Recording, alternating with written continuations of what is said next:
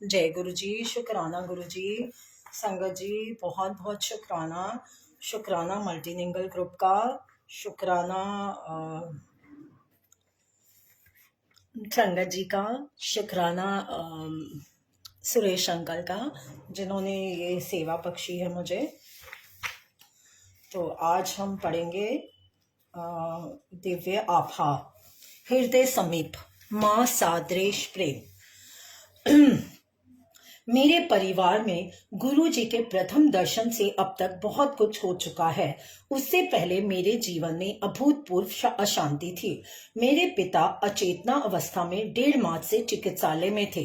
स्वयं चिकित्सक होने के कारण मुझे जो समस्याएं उत्पन्न हो सकती थी उनका आभास था, अतः मैं कभी उनके पास से उठने का साहस नहीं जुटा पाती थी। एक दिन मैं इतनी निराश और निरुत्साहित हो गई कि जीवन से और जूझने की शक्ति मानो गवा बैठी। सब कुछ उलट पुलट लग रहा था। आर्थिक स्थिति डामाडोल थी और पिता को प्रति मिनट जीवित रखने की चेष्टा अति कठिन लग रही थी। मेरी बहन और भाई भी सब प्रयास कर रहे थे, कोई भी प्रयत्न सफल नहीं हो पा रहा था। मैं पूरी तरह से निराश हो गई थी। आंसू रोके हुए मैं सोच रही थी कि प्रभु क्यों नहीं आकर मेरे परिवार और हम सबकी सहायता करते हैं। मैंने उनमें सदा हृदय से विश्वास और प्रेम किया था, फिर क्यों वह हमारी पुकार नहीं सुनते हैं। मेरे लिए किसी ऐसे व्यक्ति से मिलना नितांत आवश्यक था जो मेरे बिना कुछ कहे मेरे समस्त दुख समझ सके, जो हमें अपने आश्रय में ले सके, जो मुझे इतनी शक्ति दे सके कि मैं वास्तविकता का सामना कर सकूं और जब भी मैं कठिनाई में हूं तो मुझे वहां से निकाल सके। एक रात मैं सो नहीं पा रही थी। प्रातः 3 बजे के आसपास मेरे भाई शिव ने अचानक कमरे में प्रवेश किया और हमें कुछ प्रसाद दिया। शिव ने कहा कि वह गुरुजी के यहाँ गया था और वहां पर कुछ सुने हुए चमत्कारों का वर्णन किया। उसके बाद मुझे गहरी नींद आ गई। अगले दिन मेरे पति और मैंने गुरुजी के दर्शन करने का निश्चय किया। तब भी मुझे यह पता नहीं था कि जब तक वह स्वयं नियत नहीं करे उनके दर्शन नहीं हो पाते हैं। मेरी कल्पना में हम किसी वृक्ष के नीचे बैठे हुए लंबी दाढ़ी वाले बाबा से मिलेंगे, पर उनसे मिलकर मुझे अति आश्चर्य हुआ।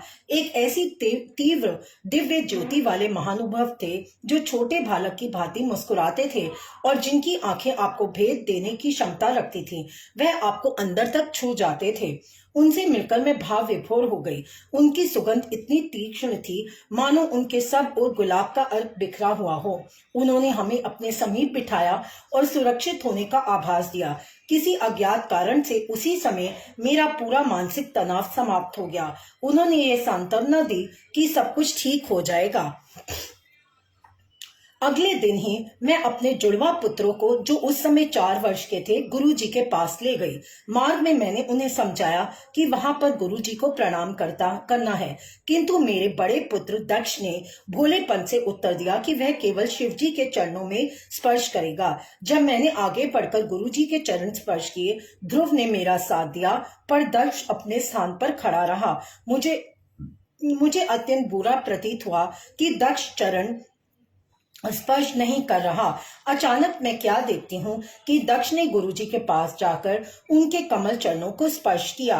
बाद में मैंने उसे चिढ़ाते हुए पूछा कि उसने चरण स्पर्श क्यों किया। उसने अपने भोलेपन से उत्तर दिया कि उसने तो शिवजी के चरणों को स्पर्श किया था।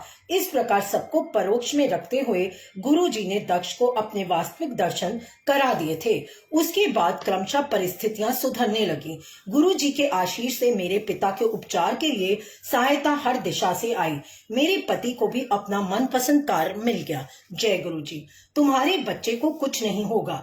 वर्ष 2000 में दक्ष को अपच के साथ ज्वर और वजन घटने की शिकायत हो गई। उसके शरीर की गांठें सूज गई थीं। चिकित्सकों ने उसे प्रतिजैविक दवाओं से स्वस्थ करने का विफल प्रयास किया। एक सोमवार को हम उसे गंगाराम चिकित्सालय के वरिष्ठ विशेषज्ञ से परीक्षण करवाने ले गए। मैं भयभीत थी। दक्ष के सब लक्षण कर्कट रोग के थे। चिकित्सक के कक्ष की ओर जाते हुए मैं गुरुजी के चित्र को अपने से जकड़े हुए थी। चलते हुए मैं गुरुजी से प्रार्थना और आग्रह कर रही थी। मुझे ज्ञात था कि वह चाहे तो दक्ष को एक क्षण में ठीक कर सकते हैं। कक्ष में घुसते ही उनकी सुगंध आ गई। मुझे याद था कि यदि उन्हें सत्य मन से स्मरण किया जाए तो वह तुरंत सहायता करती हैं। वह गुलाब के पुष्पों की महक उनके वहां होने का संदेश था।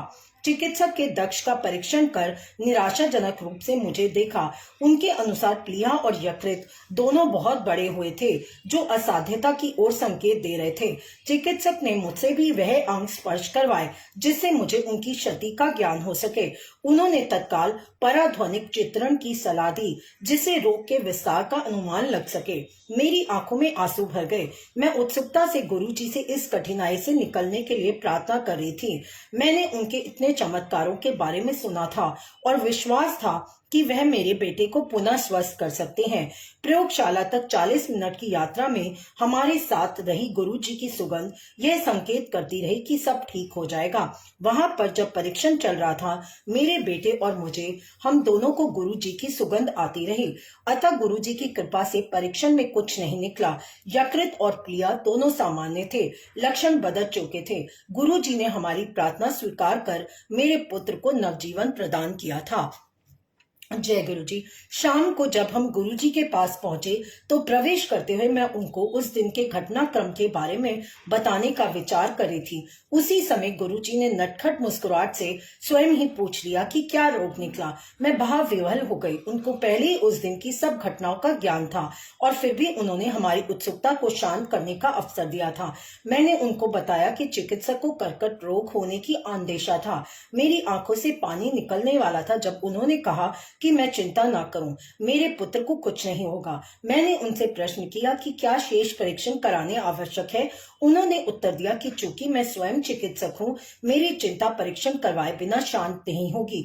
यदि चाहूं तो शेष परीक्षण करवा सकती हूं। मेरे तार्किक मन के किसी कोने में छिपी हुई जिज्ञासा को शांत करने के लिए मैंने सब परीक्षण करवाए। सब सामान्य आए। अंत में गांठ की बायोप्सी हुई जो अब जुड़नी आरंभ हो गई थी। जो गांठ निकाली गई थी उसमें बदलाव दृष्टिगोचर था। मैं दुविधा में थी, यह कैसे संभव था। गुरुजी ने तो कहा था कि सब कुछ ठीक हो जाएगा, फिर ऐसा क्यों हो रहा है। सब प्रकार के विचार मेरे मन में आ रहे थे। मैं हताश थी। उसी दिन मुझे संगत में सप्ताह में एक बार ही आने को कहा गया। मैं असमंजस में थी कि गुरुजी ने ऐसा क्यों किया। अगले सप्ताह जब बायोप्सी का परिणाम आया तो सब कुछ सामान्य था। चिकित्सक यह विश्वास नहीं कर पा रहे थे। उन्होंने इसे चमत्कार ही कहा, परंतु हमें पता था कि यह कैसे हुआ। गुरुजी ने मेरे पुत्र को आशीष दिया था, यह तो होना ही था। जय गुरु जी। कुछ सप्ताह बाद गुरुजी ने मात्र इतना ही कहा, जा तेरे मुंडे नु ठीक कर देता। उस दिन से दक्ष का ज्वर समाप्त हो गया। उसकी भूख ठीक हो गई, गांठ कम हो गई और सब लक्षण भी मिट गए। गुरुजी धन्य है कि सब कुछ ठीक हो गया। उसे कभी कोई औषधि नहीं दी गई क्योंकि कोई निष्कर्म नहीं निकाला जा सका था। गुरुजी के साथ हर क्षण चमत्कार है जो जीवन को और मधुर बनाता है। वह आपका हाथ पकड़कर सही मार्गदर्शन कराते हैं। वह आपकी हर आपदा से रक्षा कर अपने हृदय से लगातार रखते हैं, जैसे एक माँ अपने शिशु को बचाती है। जब आप अपने मार्ग से भटक,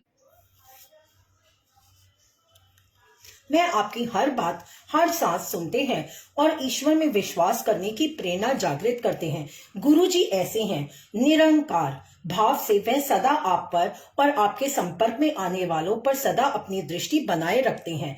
सबको अपना आशीष देते जाते हैं। उनमें कोई घमंड, अहम या चाहत नहीं है। वह सदा सहायता करने को तत्पर हैं। वह अज्ञेय हैं। उनके दर्शन के लिए आए सहस्त्रों भक्तों में कोई भी खाली हाथ नहीं लौटता है। हर को यही लगता है कि वह केवल उनके साथ हैं। वह सबको इस संसार में रहने का सही मार्ग बताते हैं। जब हम कोई भूल करते हैं, वह चुपचाप हमारे दुष्कर्म अपने पर ले लेते हैं और हमारे कष्ट सहन कर जाते हैं। उनके सदृश कोई नहीं है, ना हुआ है और ना ही होगा। कुछ वर्ष पहले मेरी माँ को हीमोग्लोबिन कम होने के कारण चिकित्सालय में प्रवेश करना पड़ा था। चिकित्सकों के अनुसार उन्हें रक्त देने की आवश्यकता थी। जैसे ही हमने गुरुजी को यह बात बताई, उन्होंने मुस्कुराकर उनको अनुमंत्रित कर दिया। अगले दिन माँ सब परीक्षण ठीक होने के कारण घर वापस आ गई। जय गुरुजी। श्वेत वस्त्रों में कल्याणकारी।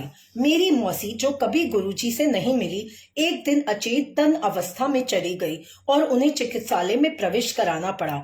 चूंकि उनका रक्तचाप अति उच्च था, चिकित्सक को संदेह था कि उनके मस्तिष्क में रक्तस्राव हुआ है। गुरुजी उस समय दिल्ली में नहीं थे। मैंने उनके चित्र के समक्ष खड़े होकर उनसे उपचार के लिए विनती करी। उस समय उनका केट स्कैन हो रहा था। प्रार्थना करते ही उस कक्ष में गुरुजी की सुगंध भर गई और उसका परिणाम सामान्य आया। मैं रात को अपनी मौसी को सोता हुआ छोड़कर घर वापस आ गई। प्रातःकाल उनके पास पहुंचने पर सुखद विस्मय हुआ। वह सचेतन अवस्था में अपने बिस्तर पर बैठी हुई थी। उन्होंने बताया कि रात को सफेद वस्त्रों में कोई आया था और उसने उन्हें उठने को कहा। मुझे एकदम पता लग गया कि गुरुजी आए होंगे। आज भी वह बिल्कुल स्वस्थ हैं और हमें कभी यह पता नहीं लग पाया कि वह उस अवस्था में क्यों पहुंची। सब परिणाम सामान्य निकले थे। गुरुजी 3 मास के बाद जालंधर से लौटे तो जैसे ही उनके चरण स्पर्श करने के लिए झुकी तो उन्होंने कहा, मौसी नो भी ठीक करा लिता। मैं चकित थी। वह यहाँ पर नहीं थे और किसी को मौसी की बीमारी के बारे में पता नहीं था, पर वह तो सर्वज्ञाता है, यह मुझे पता होना चाहिए था। आश्चर्य की बात है कि गुरुजी आपके बारे में संसार के किसी भी कोने में आप कहीं भी हो सब जानते हैं। समय और स्थान उनके लिए कोई अर्थ नहीं रखते हैं। काल और अंतर उनके लिए अर्थहीन है। कुछ वर्ष पहले ज्वर, पीठ दर्द और सांस की कठिनाई के कारण मुझे चिकित्सालय में प्रविष्ट होना पड़ा।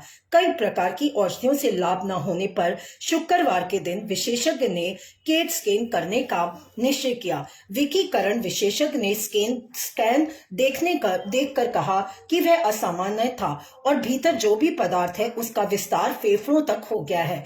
उसका और विश्लेषण करने की आवश्यकता है। उस दिन मैं वहां पर अकेली थी और गुरुजी को याद करने के अतिरिक्त और कुछ नहीं कर सकती थी। मैंने पूरे दिन उनसे प्रार्थना करी।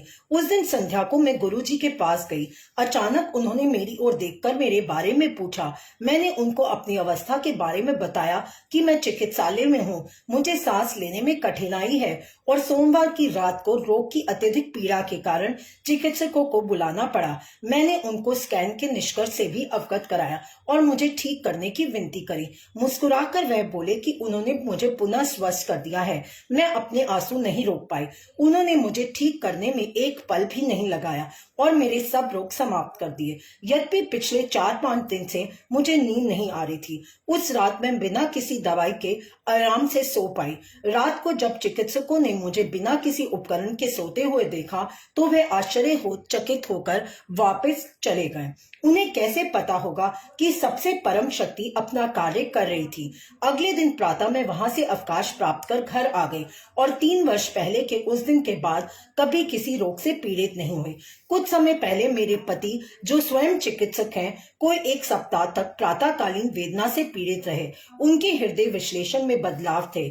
हमने उन्हें चिकित्सालय में भर्ती कराना चाहा, पर वह यह कहकर घर वापस आ गए कि गुरुजी के परामर्श के बिना वह कोई कदम नहीं उठाएंगे।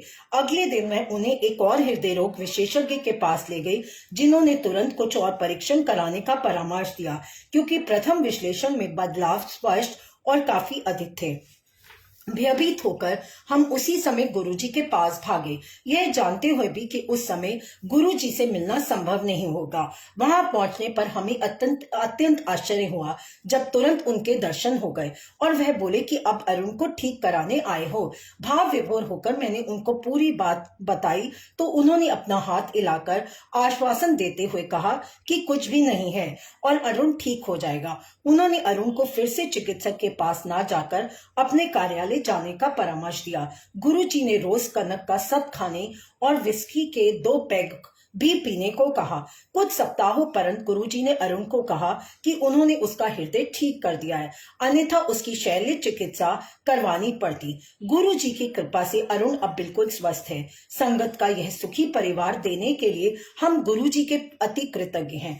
प्रार्थना है कि वह सदा अपनी दृष्टि हमारे ऊपर बनाए रखें।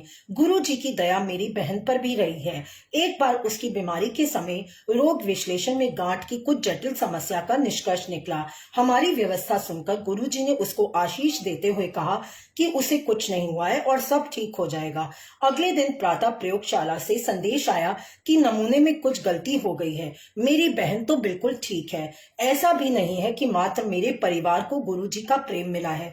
मेरे पड़ोस में रहने वाले श्री सेठी को गंभीर रूप से अग्नाशय कोप हो गया था और उनके ठीक होने के अवसर बहुत कम थे। गुरुजी ने उनको भी आशीर्वाद दिया और कुछ ही दिनों में वह गंभीर रोग से मुक्ति पाकर वापस घर आ गए और अब अपने कार्य पर भी जा रहे थे। एक बार मानसिक नाम का एक व्यक्ति अपने भाई का चित्र लेकर गुरुजी के पास आया और यद्यपि किसी ने गुरुजी को उसके बारे में बताया नहीं था, गुरुजी उसे पहचान गए। उसका भाई गंभीर रूप से मस्तिष्क ज्वर से पीड़ित था, वह श्वास यंत्रों पर था और उसका डायलिसिस भी होता रहा था। गुरुजी ने उसको भी अपना आशीर्वाद दिया और उसके भाई को देखने चिकित्सालय भी गए। चिकित्सकों ने उसके पुनः स्वस्थ होने की आशा छोड़ दी थी, पर अगले 2 सप्ताह में वह वहां से अवकाश प्राप्त कर घर वापस आ गया। उसके परिवार के सदस्य उसे पुनर्जीवित करने के लिए अब भी गुरुजी को अविराम धन्यवाद देते रहते हैं। जय गुरुजी, तुम्हारे साथ सदा से। मेरे जुड़वा बच्चे सदा इस बात पर झगड़ते रहते थे कि कौन बड़ा है। एक दिन गुरुजी ने बड़े की ओर उंगली दिखाई और बोले कि वह 6 मिनट के अंतर में बड़ा है। मैं यह सुनकर आश्चर्यचकित थी, क्योंकि जंग के समय कुछ जटिलता के कारण चिकित्सक छोटे वाले का समय नहीं देख पाए थे। मैं सोच रही थी कि उनको इसका ज्ञान कैसे था। तभी उन्होंने मेरी ओर मुड़कर कहा कि उन्होंने ही इनके लिए मुझे आशीर्वाद दिया था और इसी कारण उन्हें यह पता है। यह बात तब की है जब मैं उनसे मिली भी नहीं थी। मैं उन्हें गुरुजी से जानती भी नहीं थी। उनका अपने जीवन में कभी आभास भी नहीं हुआ था। प्रत्यक्ष रूप से वह मुझे कालांतर से जानते थे और अपनी दृष्टि हम पर बनाए हुए थे। अचंभे की बात नहीं है कि गुरु के पास हर दिन चमत्कार होता है। सदा से अपना प्रेम न्यौछावर करते रहने के लिए हम गुरुजी के अति आभारी हैं। जय गुरुजी। डॉक्टर अनीता, दिल्ली।